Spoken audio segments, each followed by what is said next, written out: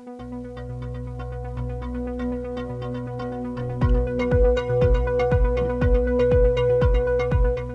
Imagine More Success radio show is the All About You show with successful entrepreneurs and business experts sharing their stories and powerful takeaways while providing you with tips, tools, tactics, and a free weekly gift to help you thrive. Your hosts for the Imagine More Success radio show are the best-selling authors Cindy Hendricks, a certified business consultant, and Thomas Hides, a certified world-class public speaking coach. Check out the Imagine More Success radio show at imaginemoresuccess.net, because now is the time to realize your dreams and imagine more success. Thank you so much for joining us today. What a pleasure to have you with us. Today we're going to have a really fantastic conversation about how you can really take care of your mental health during this time, especially with so many of the issues that people have been having around dealing with the pandemic, dealing with COVID-19, dealing with the stressors in their lives. From so many changes, and obviously change is the one constant in the world, but it seems that sometimes there's more change than we're really ready for. And I think a lot of people can agree maybe the last 2 years or so, there's been a lot more change than most of us are ready for. And today we're going to be offering some really wonderful solutions for you and some great strategies on how you can begin to take better care of yourself, stay healthy, and do a better job of taking care of your mental health, which is what we're going to be focusing on today. Cindy, I know that you've seen a lot of your clients and that most of them kind of have said the same thing, that they feel like they need help in this particular area. What else do you hear them say? Well, my opinion is change is better than the alternative, right? And so, yes. And so everyone is looking for ways to adapt and for ways to feel normalized. And it's really no different than normal times because we always have challenges in life. And the best way, in my opinion, is to find ways that work for you, the individual. And then if that's not working, we have people like our guest today, Dr. Bhatia, that is just amazing to be able to help people through the tough times in their life. And I just can't wait to have him share his knowledge and for people to know how they can get some help when they need it. That's right. Thank you, Cindy. We're going to bring Dr. Bhatia on in just a moment. He is the president of Pacific Health Systems. He grew up in an Indian family in North Texas. His father was a physician and took care of him. And he actually fell in love with the brain in high school and science in college. He obtained his MD in psychiatry. He's also a PhD in neuroscience. This is a wonderful combination to help people who are suffering from brain conditions that are not typically represented in mainstream society. So we're really glad to have him on today. Dr. Bhatia, thank you for joining us. Oh, thank you both very much, and I appreciate this opportunity we're having today. Wonderful. Dr. Bhatia, what do you find is the number one reason why people need to take care of their mental health at this particular time? Well, I was thinking of starting with kind of putting this whole situation in perspective, in that we haven't, as a society, gone through something like this in about 100 years. Which tells you it's very new for all of us. And I think that's the message I try to give my colleagues, my patients, my family members, that this is a real different deal we're talking about. And I think that helps all of us, accept that we're learning as we're going in how to take care of ourselves. I think for a lot of people as well, the idea that I think a lot of people sometimes believe or feel as if the problems that they're having are their problems alone. And sometimes they don't realize that many other people have had the same problem. This particular problem, maybe because it hasn't happened in 100 years, there's not a lot of other people who can say, you know what, I relate. I remember when there was a pandemic, and I remember how it affected things. So it's kind of an entire world worth of people who are having a mass experience for the first time. So there's not really anyone to reach out to who has had a previous experience, who has overcome the situation, who is still around, that people can actually glean some sort of advice from, as well as some form of camaraderie. Do you agree with that? Oh, most definitely. I think the nature of this condition has really brought out what we've evolved into. As humans, we require social interaction. And that is how we got to be where we are today. Starting off, 50,000 years ago in small groups and tribes, evolving into, cosmopolitan, suburban creatures, sort of in a sense, assuming that every day we will be interacting with others. And this COVID situation has really taken that away from us. And so that to me is where the rubber hits the road, so to speak, is the one thing that we so much assume and rely on as part of who we are, how we function. We have significant barriers to still have those interactions that we so much want and need to feel good about ourselves, to feel good about the world, and even simple thing like sleeping at night, which I would tell you the first 3 months, I was just doing sleep counseling in my practice. Everybody's sleep was off. Yeah. Oh, yeah. Everybody's sleeping later. Their quality of sleep is not as good. And, it's very understandable that they're just not as active. They're not going to 5, 6, 10 different places a day. They're at home. And I know in California, we've had now for over a year, stay-at-home orders. And my patients are very good. They stay at home. And so, they've, in essence, been safest at home when you're not out in public. But then there's a trade-off in terms of feeling loneliness, not having the activity level that you had before. And there's a whole bunch of other things that can happen, as you know, overeating, for example, and gaining weight. That's one of the issues patients are dealing with, and not just patients, but everybody. Yes, that COVID diet's been tough. I know even animals are gaining weight. I have friends that were like, they took the winter sweater off their little dog, and it's like, oh my God, they didn't realize he'd gained weight too. Well, I guess that could be a good thing for humans if they eat animals that are pets. I don't know. You have it, yes, but not the family pet. No. So, Dr. Bhatia, in particular, you're talking about people who are dealing with the consequences of COVID-19. Have you been working also with people who've actually contracted the virus and then they're having mental issues, or they're having mental health issues specifically because of the pathology of having COVID-19? Oh, yes. So I'm also a hospital consultant and director at 2 major programs here in San Diego. Okay. And so the consultations that we do, myself and my group of doctors, have a lot to do with folks that are being quarantined. They're not only medically ill, but now they're in a situation, basically, again, being very isolated in a single room. And that's just not the period of time that this may come out in terms of, having higher levels of anxiety. They have a lot of fears about what's happening next. And then if the COVID is advanced enough, it can lead to confusion, memory loss. The way I kind of describe COVID is it's like a wrecking ball in the body, and there's no telling where it goes and what it does. So those are other, consequences that are potentially there. So dealing with the fear of the unknown, and also, the treatments are fairly limited still.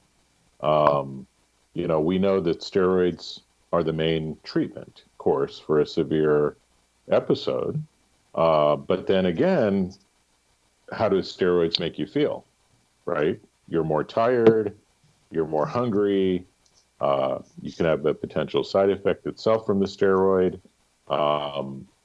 So it's so many things happening at one time, and the person is themselves going through all these things, not knowing what is causing what. Is it the COVID? Is it me?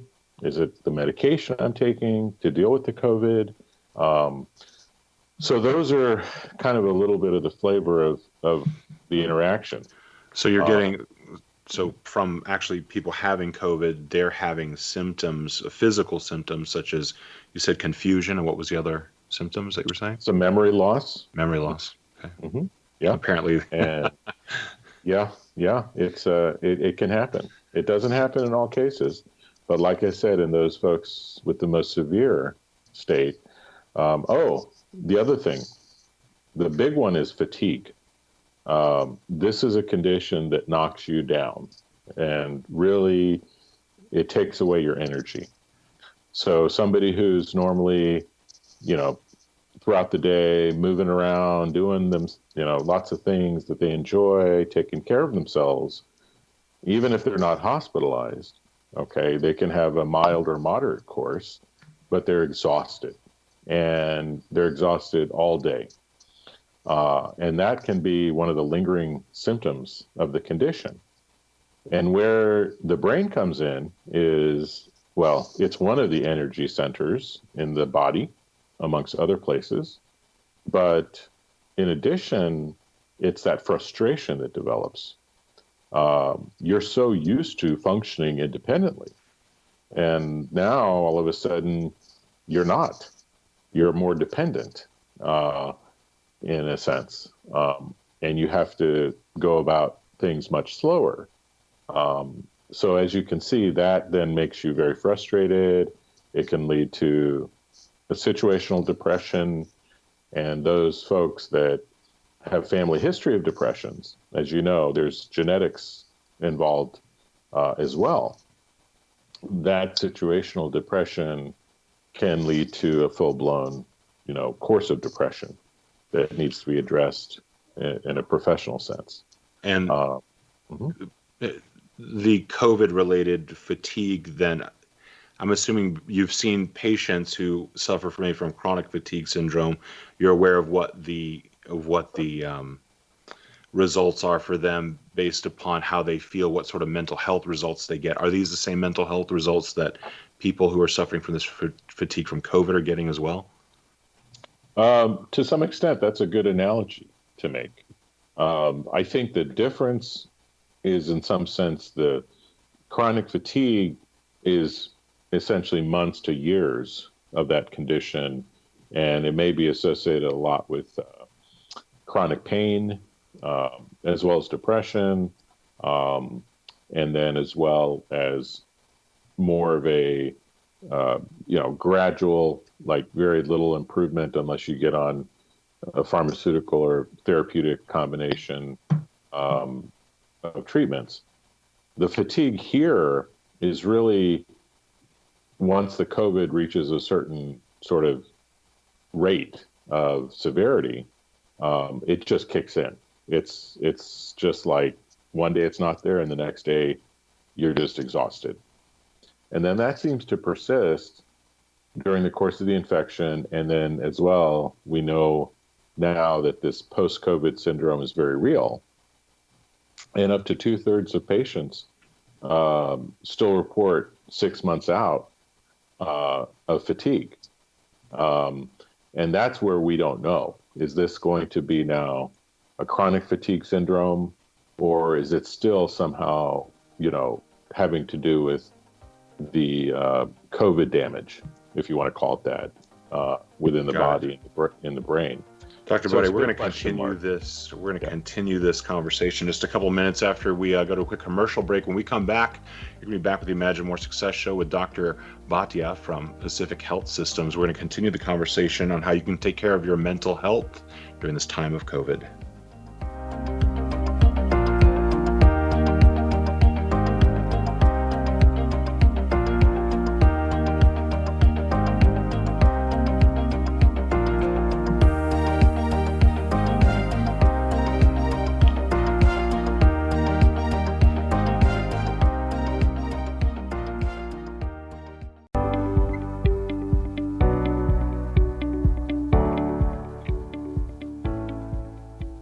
Welcome back to the Imagine More Success radio show with Cindy and Thomas. We're so glad that you could continue to join us today as we are continuing the conversation about how you can actually take care of your mental health during this time of COVID. In our previous segment, we were spending time with Dr. Peter Bhatia, who is the owner and president of Pacific Health Systems, who provides integrative, cost-effective, high-quality care for everyone who needs help.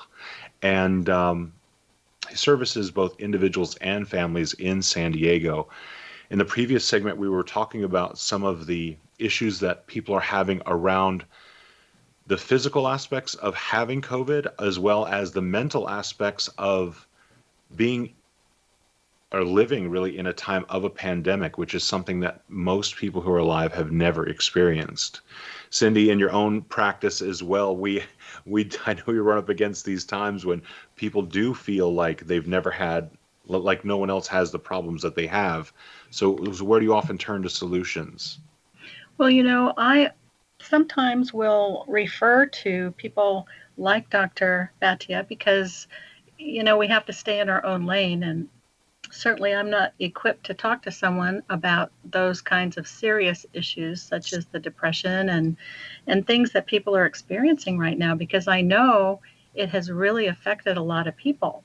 And one of the questions I have for Dr. Bhatia is what's the big difference between people being really sad and people going into, I think you called it, not quite depression, but situational depression. So would sadness be like a situational depression?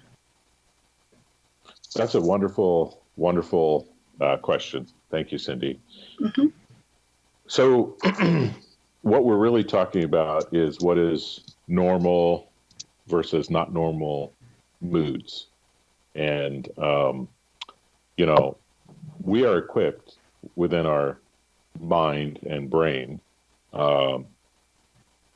with a gamut of emotions. Again, that is how we've evolved into being emotional creatures as well as logical creatures. And so, the sadness one may experience, i.e., you hear of a loss of a family member, a trauma of somebody occurring, it makes you sad. It bothers you. You may, for hours or a couple of days even, be down about it. And that's a totally normal reaction. That's what we do, and we're supposed to do. So that would be what's considered normal sadness. I think then stepping forward from that would come into more of I call it a situational depression. The technical term is adjustment disorder with a depression or depressed mood. That's the two words, situational depression. So there is a situation that's going on, a stressor, a loss, a trauma. It could be losing your job, whatever it may be.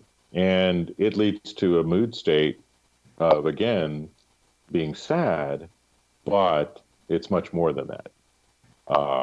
That's where the other symptoms may be coming in, such as feeling hopeless, being very anxious, not sleeping well day after day,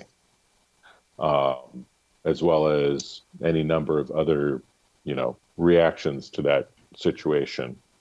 May make you angry. You may isolate yourself. So that's obviously not what I would consider normal sadness. It's much more pronounced. It seems to have an impact on your functioning.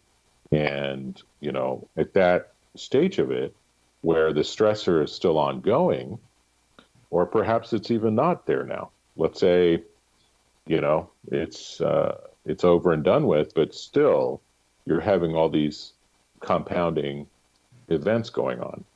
Dr. Bhatia, I have a question.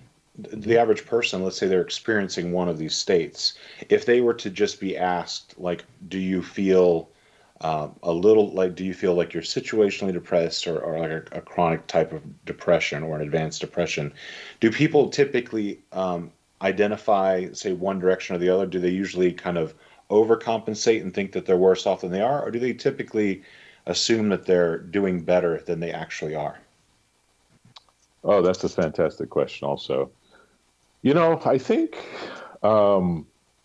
as a human being, we are used to dealing with adversity. We've learned that since childhood, overcoming, challenges. I mean, as a matter of fact, that's what schooling and, sports and all the activities you do when you're young teach you to overcome. And so through the life cycle, there's different ways of approaching things. And so I think it's in the context of what we're talking about, the COVID pandemic. This is a really unusual, rare phenomenon that the human mind even isn't quite trained on how to go about this dilemma, okay? Because it hits you from all sides. And for some people, it's hit them very personally, as you know, within their own family and having losses and having disability. So I think that people do minimize it in this present circumstance. And then it tends to linger, and then you start seeing, which we've seen even in healthcare, as you know, many healthcare workers have been affected to where they leave a job and they don't come back. That's a very, very common experience in our industry right now, that we are way down in terms of the number of employees. Is that something that you think is going to continue? And do you think it has to do specifically with people not wanting to accept that level of stress that they typically associate with those jobs?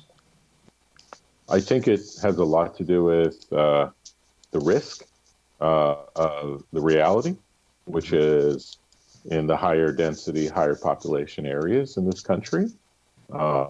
You have this exposure that, you never know what could potentially happen. You either as a carrier to somebody else or yourself contracting the symptoms and going through the illness. So again, put a big question mark next to that. Is what's the prognosis, if you will, of people coming back into the system and working? I mean, I think with the vaccine and all the vaccines coming, it has given a lot of confidence within our society and certainly within the healthcare industry of coming back in, so to speak, and re-engaging. So I'm sure you've heard the recent news that the vaccines are not the fix-all for keeping people safe. We're still expected to do the same routine to stay safe. And what's your take on how effective it is and how nervous we should be once we have had both doses of the first two vaccines? Sure. So there's vaccines that were made for when we were children that took years to develop. As you know, we've all gotten them as children. And there's now the new technologies that produce, and what we have today is the vaccines all coming out with the newest technology. What that's allowed us to do is obviously, battle this condition, so to speak, in real time as it's still evolving, which I think is the key to what we have available now, is during the pandemic, if you will. And I think that's a huge thing, that people should know the way the development of anything in this country, and I myself am a clinical scientist and researcher in my own field, it is excruciatingly difficult to get a product to market. It takes at least $1 to $2 billion of investment. And so that, coupled with the prioritization of vaccines for COVID while the COVID pandemic is ongoing, through the filter of the Food and Drug Administration on down all the way to the clinical research sites, testing, with human volunteers, is extremely rigorous. There is oversight at every level in different ways. And so now we're seeing that, yes, indeed, these compounds are what they say they are. And there's potential experiences, in the research world, they call them adverse events that are, the subject is informed of, that people are informed of, that you may have these kind of symptoms once you get the compound. And so the person, and this is a foundation in this country that it's, your individual decision, which I think is exactly right on receiving it. And so then the person can make their own decision. And I think most people have decided to go forward with it. And certainly if you intend to leave your home, go about your day, mingle with other people, go back to work in an office setting or a building setting, that's where it really, I think, makes a big difference for people. I can really see a difference there. I want to actually address something. I guess it can be both about maybe masks and vaccines, Dr. Bhatia, as far as from a mental health perspective. Mm-hmm. Some people definitely have the feeling that, say, their rights are being infringed upon based upon having to wear masks or feeling, say, pressured to get a vaccine in whatever way. And then other people also feel like it's a part of civic duty then to wear masks or to get vaccines in order to protect the general population. Can you speak to a little bit about how those two sides, who seem to be on the complete polar opposite side of the spectrum, can kind of find some kind of place in the middle where they can meet and at least understand each other? Can you kind of explain the two sides and explain it so that the other side could understand it a little bit? Sure, I'd be happy to. Thank you. I don't think people really understand what it means being an asymptomatic carrier. Up to half folks that are exposed to COVID may not feel any symptoms or just a little tinge of a cold. And the issue then becomes, and we don't know exactly how long that person can infect other people.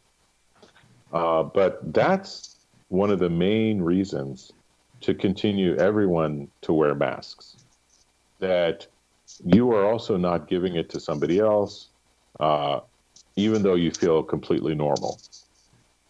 And this has, over the past year, gone through many, many stages of thinking on the part of my own hospitals, all the different specialists involved on testing. There's kind of two kinds of testing. There's the rapid testing and then the PCR testing that takes a few days. And there's potentially false results, certainly with the rapid testing, which seems to be the mainstay in this country of getting that result within a couple of hours. But the problem with that is we miss a lot of the cases that eventually develop into the symptoms.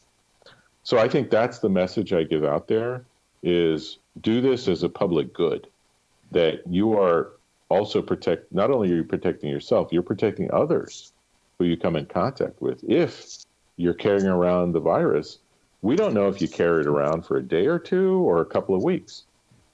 It's a really unknown issue as far as why somebody never develops symptoms if they get COVID versus why they get even a little bit of symptoms versus why some people progress to being very severe.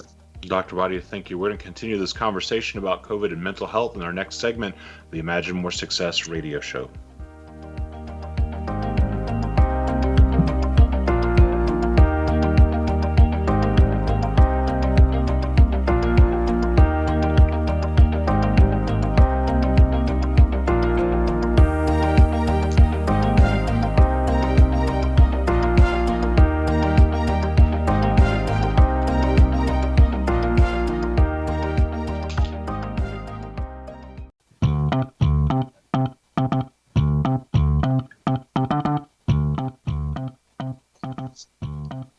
Welcome back to the Imagine More Success radio show with Cindy and Thomas. We're so glad that you could continue joining us today. We are continuing our conversation with Dr. Peter Bhatia. He is the president and owner of Pacific Health Systems, an integrative, cost-effective, high-quality care for mental health in San Diego, available to both individuals and families. Dr. Bhatia, in our previous segments, we talked about why it's really important to take care of our mental health, some of the major challenges that we face because of these new problems that we've never faced before in dealing with the pandemic and everything that's associated with it. We also talked about some of the different terminology about depression and how most people actually wouldn't necessarily give themselves enough, I don't know if credit's the right term, they wouldn't necessarily diagnose themselves properly. They would probably think that they're doing better with depression than they actually are. In this segment, we want to focus on some of the how-tos. Let's talk about some of the things that someone can do with some maybe daily routines and daily rituals in order to make sure that their mental health is stable and progressing towards the better during this very difficult time. That's great. I really like this question because it's something I preach constantly about, even somebody who's not suffering any depression per se, but they're just feeling lonely. They don't know quite what to do with their time. That's faced by a lot of individuals because they've watched enough Netflix and they've watched enough movies. They're just not that interested anymore. So what do you do after that? And so I tell people a lot of times, let's think about just what you do in the morning. Let's have something in the morning to wake up to that you have to do every morning. Is there a hobby? Is there an activity you like to do first thing in the morning? And let's just pretend that that's something that you have to do every morning. And so that gives you reason to wake up. Okay. And then after that, you plan another activity, and you just build up slowly after that. So having a structure for at least, I would say, till lunchtime or, shortly after lunch, that keeps you active and moving really jumpstarts your day. And also in so doing, it jumpstarts your mood so that you are feeling positive. You've done something that you've accomplished and feel good about. And I think that repetitive ability will really lead to people feeling less lonely. They'll feel calmer, and certainly other things then stimulate in the mind as far as, oh, I have interest in, whatever it may be. And then you start pursuing those things as well. This is a big part of Cindy's constant positive attitude. She has structure from morning to night, and that is and a list of do it dailies, which is incredible. And, well, most people need a structure. Those of us who have creative minds and always have so many projects to work on, our structure is the to-do list to accomplish all those things we've set out to. But I don't think most people have that. And I think the structure that the doctor's talking about is excellent, even if you're not having a tough depression going on. Absolutely. That's the thing. This is even prior to anything else. As I said, if we think back to last January, February, there was usually something to do, some reason to leave your home. That is so much changed now. And especially with, obviously, the technologies available, you go on your favorite app and it comes right to your door. That's a big change. That's a big change in the way we live. And yes, it's helped. It's made a big difference and obviously kept people safe. But there's a big but in that, is there's been a price in the sense of, our ability to just be human and explore our surroundings has been taken away to some extent. And I think that's what we're really dealing with in a bigger sense, is the kind of what we're evolved into and what we enjoyed, as a result in experiencing life has come to a great extent to a halt and a big pause as far as now, what do we do? And I think people need to really ask themselves, what do I want to do today? As soon as they wake up, and then go about doing that. And just stay within the day. Don't project out to a week from now or a month from now. Just stay within the day. And I think that really, that kind of message has helped a lot of my patients. Great suggestion. One of the things I'd love for you to give us some ideas on would be, what are the warning signs that people should be looking at that are sad or having a problem with the loneliness you talked about, before that they need to consider getting some help? Because I do know a lot of people have some issues around going to a therapist or psychologist or psychiatrist because of the stigma attached. But, when people need help, they need to go and get it. And I think if you share some warning signs, that would be helpful for people to say, gee, maybe I need to connect. Yes. This is a key question, simply because we all know that, as we've talked about, you may not necessarily know individually how you're doing.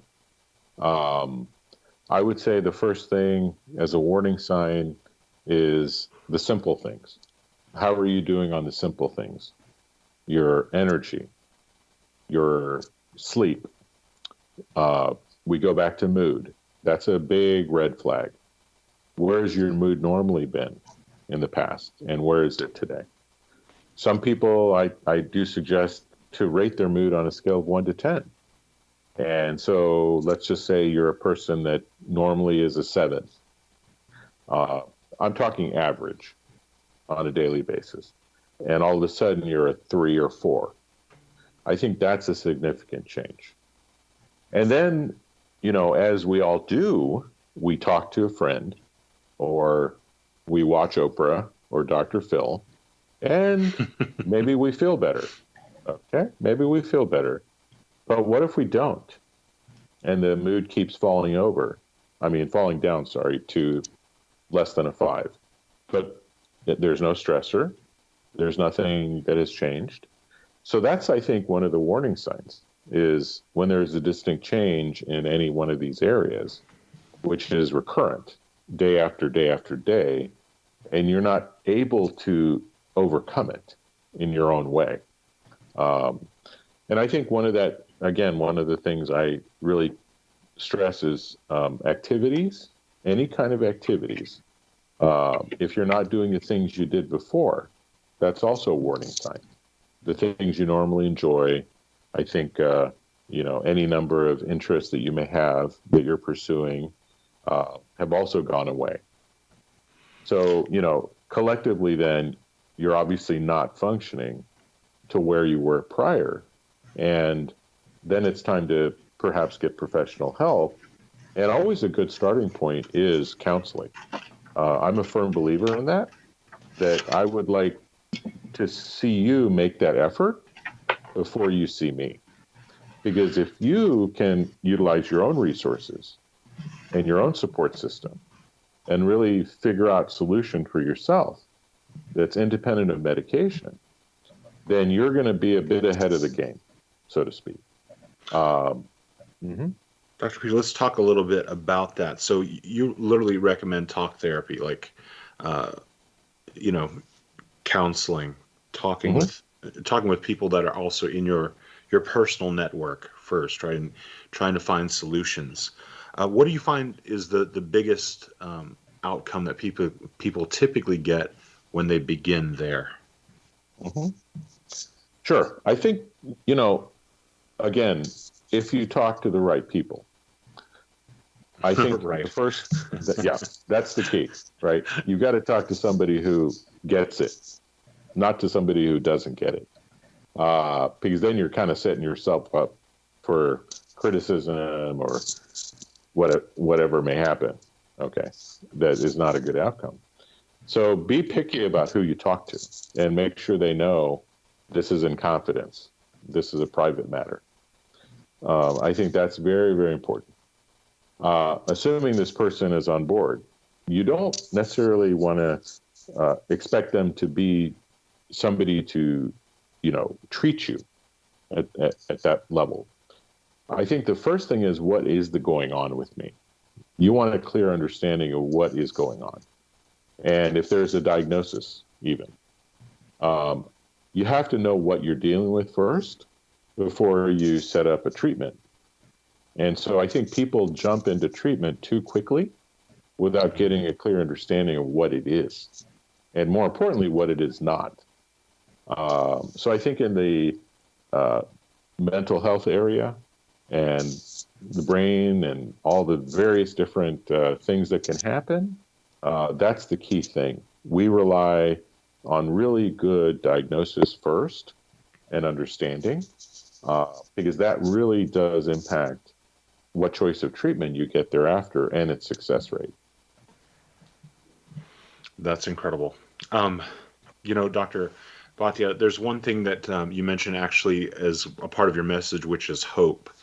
And while it may seem such an obvious choice for so many people, it's not necessarily the first choice that they make when it comes to considering their future. Tell us how hope can be transformative for someone's life, especially in a time like this. I'm a firm believer in what our job is anywhere from, the medical assistant to the nurse on up through the physician and physician leadership, is always provide hope. That is the key to the success of any treatment, and certainly even for the dying patient. The essence of this life, in my opinion, is to always be looking forward to something. That's just how we are made. I think that's how we got to be where we are today. And so, that is a really key element, I think, to any person you're talking to, that things will get better. You will find a solution. We'll work together in a collaborative manner. And again, I see folks that are at their end. They, don't wish to be part of this world. And so you have to, find something that they believe in. And I think there is always something. It's sometimes not easy, but that kind of open discussion, and especially at this time in our civilization throughout the whole world, we're all looking for hope. So even if it's a friend, even if it's a distant relative, whoever it may be you're talking to, you can share some of the way you think about what you hope for as a society.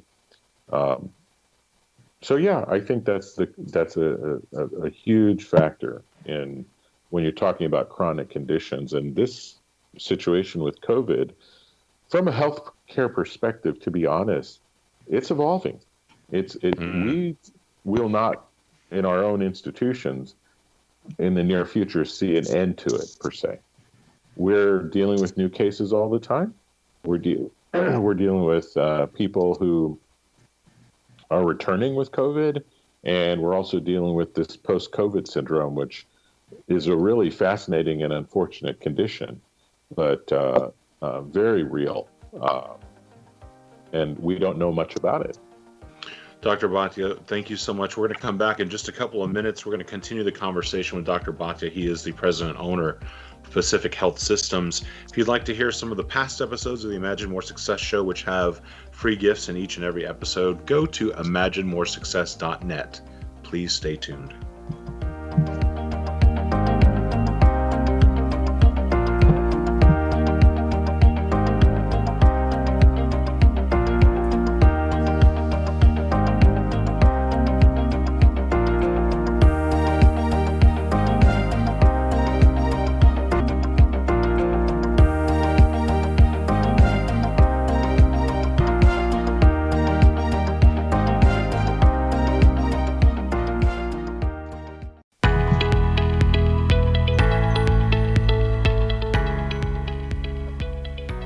Welcome back. Thank you for continuing to join us today on the Imagine More Success radio show with Cindy and Thomas.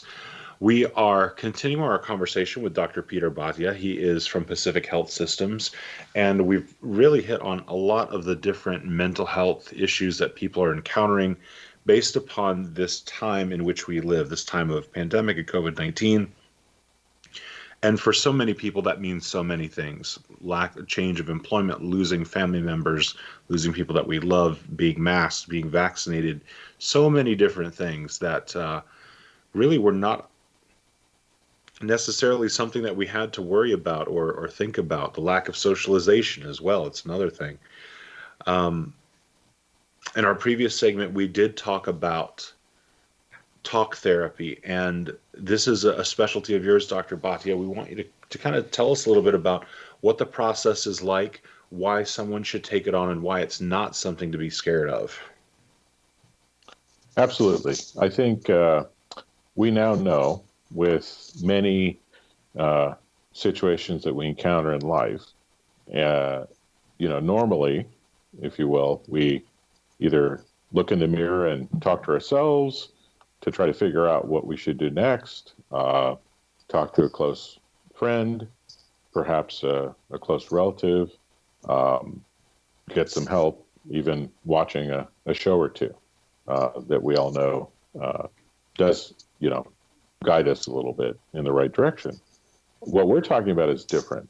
I think with this traumatic pandemic, that's not only affecting individuals, but society, families, businesses, financially, the gamut of everyone. And I don't know anyone who's not been affected in the situation.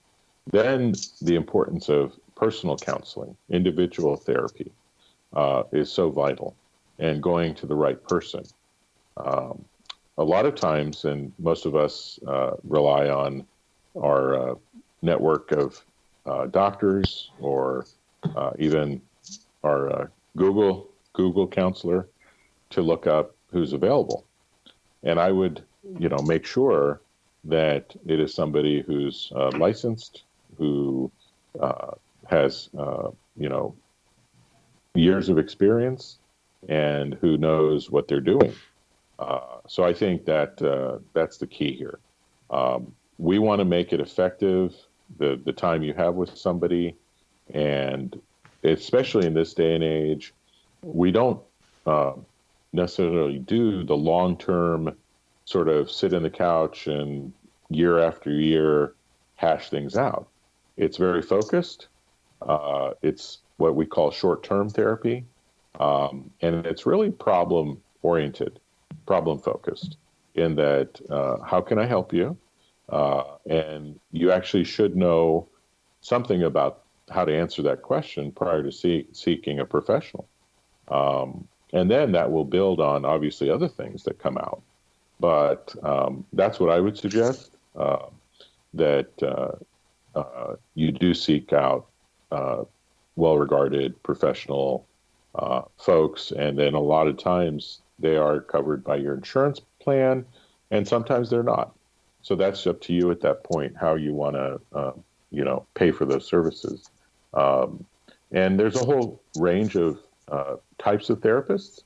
I think Cindy would be able to explain a lot more about the therapy field. But, you have people that are from marriage family therapists all the way up to PhDs in therapy and every kind of thing in between. So that's another important thing to look at is, it's just one aspect of what you're considering, the kind of therapist you're looking for, and what level of experience they have.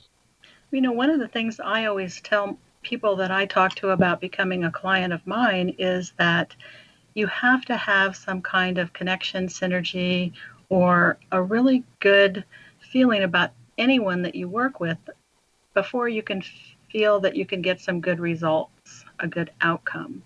So after they get their credentials down and make sure it's someone who's experienced with the right credentials, just make sure you have a connection or a synergy with that person.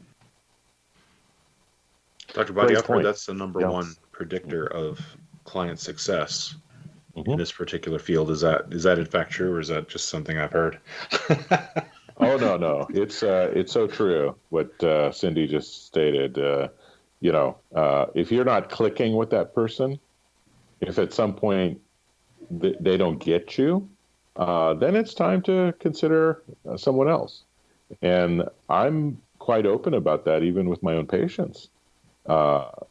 If this is not working, then please get another opinion. And a lot of times they'll say, who do you recommend for a second opinion? And so then I will assist them with that. So this is, I think, part of that, the strength of our system in this country is we should work with people that have that understanding that not one size fits all. And this is about your success, as this show is titled, I think. And so if you're not feeling that success, you've got to talk to your whoever it may be, therapist, doctor, and let them know that. And it's their then opportunity to pursue that with you, or say, hey, this is a little bit out of my realm, and go from there. Dr. Bhatia, every week we offer a free gift for the listeners. Would you go ahead and walk the listeners through the appointment that you have available for them? Sure. I think it's very easy to call my office and ask for Dr. Bhatia and for an appointment. If you have the insurance, we will screen you in that regard, and certainly can incorporate that. But for listeners, please mention this show and that you heard me, and then I'll just go ahead and give you an initial consultation without any charge. And then I can guide you accordingly, because we do have a group of not just myself and doctors like myself, but we have many therapists, as well as a network of other types of providers that one can be referred to in our system of care. And what would that phone number be that they can connect with you? It's area code 619-267-9257. What a great offer, because I know, half the population is married and many more are just living together. And I think that population is one of the hardest hits, because you're not used to being with your spouse all that amount of time. Wouldn't you agree? Most definitely. I think it's challenging every day, and who to talk to, and how to overcome certain things that may arise in this present climate. So yes, I think if it crosses your mind, I need help, even just once, that means you should talk to somebody, and then work on that problem, whatever that problem may be. Start with the issue, and I think that's when you get the best results. Yes, and most people today work digitally, so it doesn't matter really what city you're in, because almost everybody works on Zoom or another type of video conferencing. So location's not important. So as long as you have a computer or a phone, you can pretty much talk to anyone that you can find that can help. Yes, and all of us within my practice do online video interviews without a problem, and it's HIPAA compliant and so forth. So it's a official visit, if you want to call it that. Yes. Now, do you work within California, or are any of the people in your office able to work outside of the state? Currently, we are just in California. I don't believe any of the providers are licensed outside of California. So we are all California licensed. Well, there you have it. If you need help and you live in California, you have a consultation with Dr. Bhatia to figure out what it is that you need. And as he said, don't wait. If you think that you need to talk to someone, by all means, find someone that you can talk to. Dr. Bhatia, let's talk a little bit about what the future holds for everyone in general, because with your message of, going through talk therapy, really having daily activities planned out and things that get you more active, get you more engaged, as well as putting hope as a part of the picture of your future. What's really possible for people, like for someone who feels less than now, who feels depressed now, who feels really down about the situation of their life because of the pandemic and COVID and lack of socialization? What's possible for someone regardless of what happens? That is a great question.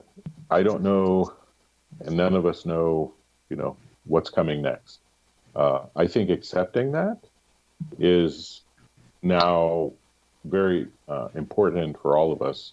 That uncertainty, is what adults deal with, as opposed to children. What makes adult life difficult is uncertainty, and how to work with that. I think, we are having to focus now more on the present and the here and now as a way of dealing with uncertainty. What's around the corner? We all want to know. It's just how we think. If I do this today, will it result in a good outcome down the line? I would suggest people to pare that back into just being present in the day. Your efforts today are your efforts today. And then tomorrow begins a new day. Because what we're talking about is something worldwide. And there's no telling what may happen over the course of the next few years. What we know about how this virus is mutating is actually quite opposite of what one would predict, in that the mutations that are occurring seem to be what's called a gain of function, as opposed to a loss of function. So that's why I tell people, let's assume this is the new norm, that we will be wearing masks. We will have to conduct ourselves with some distancing. We will have to be extra vigilant as far as hand hygiene. But in so doing, we're really not necessarily looking at the other person wearing a mask. We're just looking and talking to the other person, just as we would without the mask. So I think it requires a change of perspective, and also an acceptance that we just don't know, and then that's okay. It's okay. That it's okay to not know. Yeah, it's okay to not know what the future holds, because we've never known what the future holds. That's right. Yeah. The best laid plans of mice and men, Steinbeck. Yeah. There you go. Very, very powerful message for us today. Dr. Bhatia, thank you again. If you want to reach out to Dr. Bhatia to get an appointment, you can call 619-267-9257. And if you'd like to listen to some of the past episodes of the Imagine More Success radio show, go to imaginemoresuccess.net, where every single week you get a free gift that will help you thrive in your business and in your life. And if you'd like to learn more about how you can make more money in your business, go to findhiddenmoney.com, where you can get trainings from Cindy and me. And if you are just beginning your journey and want to have a gigantic shift in mindset and performance, go to themillionairemindsetcourse.com, where you can begin the transformational process of changing the way you think about you and your relationship with money. We want to thank you for always joining us, and we want to remind you to always realize your dreams and imagine more success.